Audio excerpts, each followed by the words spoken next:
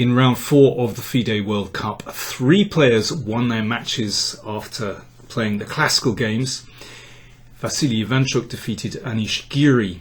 Levon Aronian beat the young Russian player Daniil Dubov. And Ding Liren beat his compatriot Wang Hao. So that left 5 matches that went to the tiebreaks. Let's look at, first of all, at Bu against Svidler.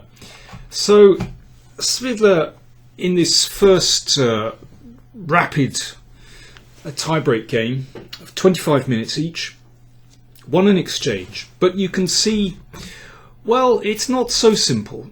Okay, you've got 2 rooks against the rook and the bishop, but the rook and the bishop are very active. You can see that it's very important for the minor piece in such situations to be well supported by a pawn. And the rook is also active, so, you know, looking at this weak pawn on e6, and white also has 1 pawn for the exchange as well. But Svidler has a very active rook here. And this is one of those tricky situations where white has to decide, do you sit there and try and hold the position, or do you play something else? Well, you know, if you want to sit there, you could play, for example, h3 and just try and hold the position. I mean, black has has ways to try and make progress. If the rook comes in straight away, then this pawn can be captured. And, well, for example, after checking, then the rook does defend this crucial pawn on f2, preventing an attack to the king. But black might try, for example, e5 and then rook in, although this does expose the king a bit. You know, this is a double-edged situation because white is going to get some counterplay when the rook comes down, but h3 was possible. Instead, Bu thought he would advance with f4, but of course this is an extremely risky move because it exposes the second rank as well as weakening the pawn on e3. Svidler played rook b1, so starts to think about hassling the king. Rook e5, and now as the rook has moved away from the 4th rank, then a4 just dislodges the bishop from this excellent position. Pawn takes pawn check. Now this is difficult. If pawn takes pawn, then rook d3, and suddenly white's king is under, well, it's probably just a winning attack for black. King takes f4 played. Rook d3. So this is a very tricky move. Now, maybe white's best is to play rook b5. And after this exchange, something like, well, rook here is going to win this pawn, bishop back, then rook a4. So this pawn drops. Now, this should give black pretty good winning chances, but that was white's best. Instead, Bu played rook a5, and that allowed a deadly pin, and, well, now black is simply winning. After king f3, for example, rook b4 wins the bishop. Instead, Bu played e4 under severe time pressure and allowed rook f1 checkmate. There you go, the king fatally exposed after that move, f4. Svidler won the second 25-minute game convincingly, so he goes through into round 5. Now, next up, we have Fedoseev from Russia against Rodstein from Israel. Fedoseev, very impressive player, just 22 years old, and, well, you can see this is the first of the 25-minute games. He's won a pawn. The bishop is very well protected. Maybe this is a big theme today. Very important for minor pieces to have good protection, solid protection. So you can see that white is absolutely secure in this position with his extra pawn and this active rook as well. But there are opposite colour bishops, and for the moment black has a good blockade on the e6 square. But let's see how Fedoseev just kind of took black apart here. First of all, g4. Well, the idea is that after this exchange, then white would like to get the f-pawn supporting the e-pawn and just rolling forward, and very, very pleasant position. Well, it should just be a winning position for white there. So bishop c2 maintains the blockade of f5. King up. And now, yeah, in a moment we have king f4 coming. There we go, king f4. So more pressure on the f5 pawn. Now, if black tries to bolster this point with g6, then this weakens the 7th rank.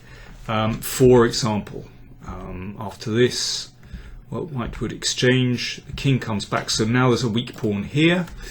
So that's something else, one more thing for black to take care of, and now the rook comes to the 7th rank. I think white has excellent chances there with weak pawn here.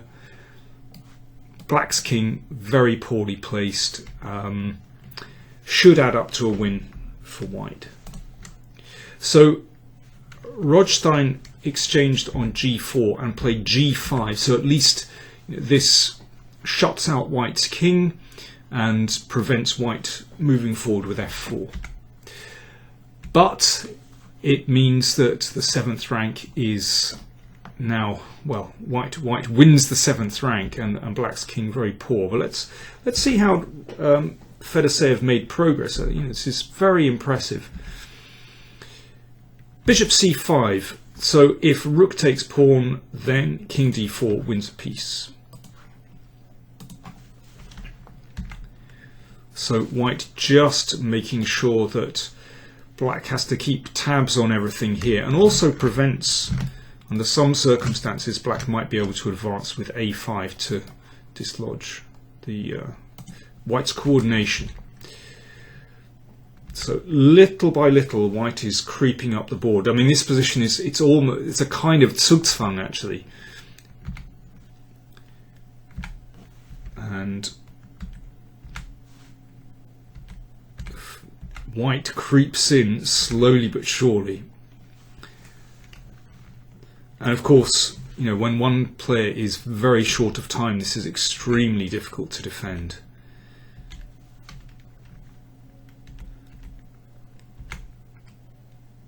And finally the rook gets to this fantastic square, and this basically just is too much for black. Weak pawn here, and looking at the bishop, and crucially this move comes now, and h6 drops.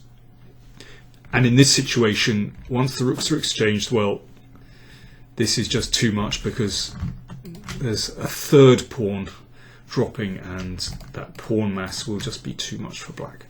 So a very convincing positional victory from Fedoseev there, and well, he went through into the next round.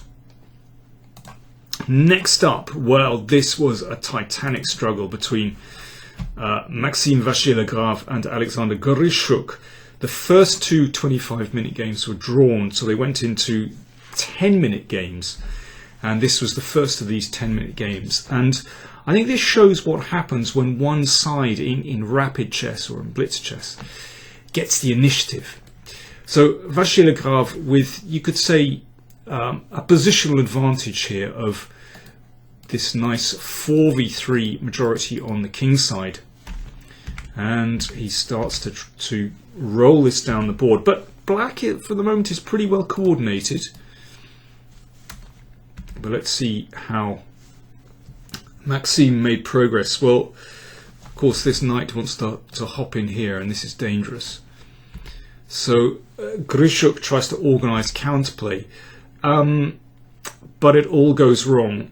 So this knight hits the rook, and here this is a critical moment in the game. Of course, well, I'm not going to call this rapid chess. This is blitz chess, when you have 10 minutes for your moves, well, plus 10 seconds a move. Anyhow, this is still blitz chess. In blitz chess, the initiative is incredibly important. And if one doesn't recognise when these turning points come in the game, it can be fatal. And this was one such moment. If one had more time, then, for example, knight takes pawn check. In a classical game, one would see this. I think in blitz chess, one would simply ignore this. Basically, black can give up a piece. So Grishuk would have just rejected this because he's losing a piece. In fact, black is able to get compensation here. So there's a pin here. And, well, here, black has a lot of pawns, basically, and chances to hold the game. But what happened in the game was this. After this, now this is an excellent move coming. This is the excellent move I'm talking about, g3. And just giving up this pawn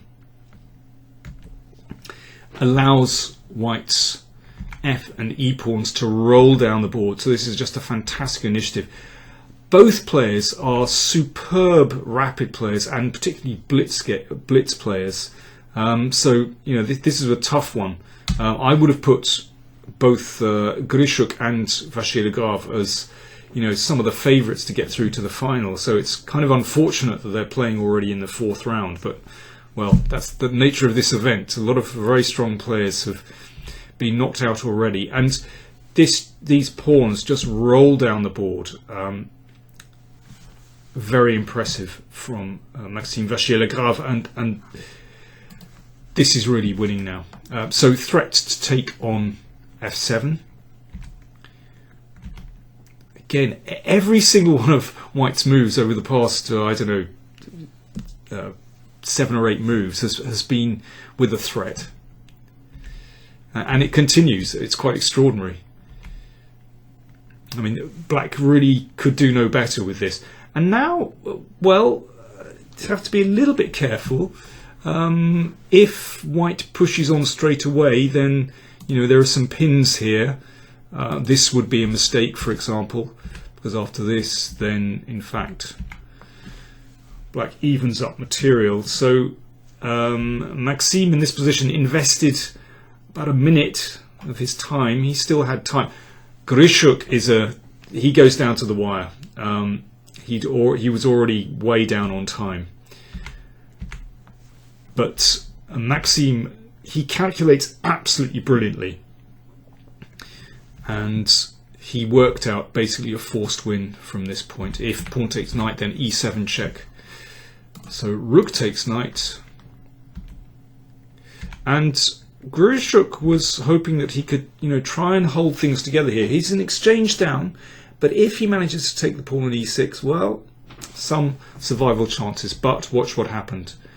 Takes rook d1 check. This is all brilliantly calculated. If e7, then again, black may have some chances here to hold. But Maxime had it all under control. Check. And now rook d7, and that is absolutely fatal. Once the rook enters the game and takes another pawn, one of these pawns, then these pawns will drop, and the knight is safe on b8. That can't be hassled because the rook is there. So ultimately a very convincing victory for Maxime. In the next game, well, that was a mad 10-minute game, but Maxime finally hung on and made a draw. So Maxime Vachier-Lagrave goes through. And Rapport against Nair. Well, this was a crazy game. This was the second of the 25-minute games. The first one was drawn. Here, such a random game, but you can see Richard Rapport with an extra exchange, 2 rooks and a bishop against rook, bishop and knight. Still a pretty random position. In fact, if here Nair had played a check and knight b4, he could hold the game because white's king isn't that brilliant. Neither is black's, but well, for example, this knight hassles the rook, hits the pawn, and after this, in fact, White's king doesn't have sufficient cover, and after these checks, this is just a draw by perpetual, basically. Because if, well, for example, here, then knight check, well, black is actually winning this. So basically here, White's king can't avoid a perpetual. But Naya got it in the wrong order. He played knight b4 first. And instead of rook takes a5, rook e2 is a strong move, very strong move indeed, because, well, black can't avoid a rook exchange because check would be fatal. And the game finished like this. And this is a fantastic move, f5. Again, very hard to spot when you're short of time. Threatens the rook. And, well, let's say if check, then that is a winning attack. So rook takes rook. Check first, very important. And this is just losing, completely losing. For example, knight c5, check. The king goes back, it's mate, and if takes, then a discovered attack. And in the game, knight c1, check was played, but bishop takes knight, and white is a rook up. So Richard Rapport goes through. So, in the other tiebreak, Wesley So defeated Bardoja Bava. Wesley won pretty convincingly. So that leaves us in the quarterfinals, just 8 players left. Peter Svidler plays against Maxime Vachier-Lagrave. Vachier-Lagrave plays against Levon Aronian. Big matchup that. Wesley So plays against Fedoseev. That'll be interesting. Fedoseev, only 22 years old, and you know he's making waves here. And Richard Rapport plays against Ding Liren. That should be a pretty crazy match. So, see you later. Hope you enjoyed that.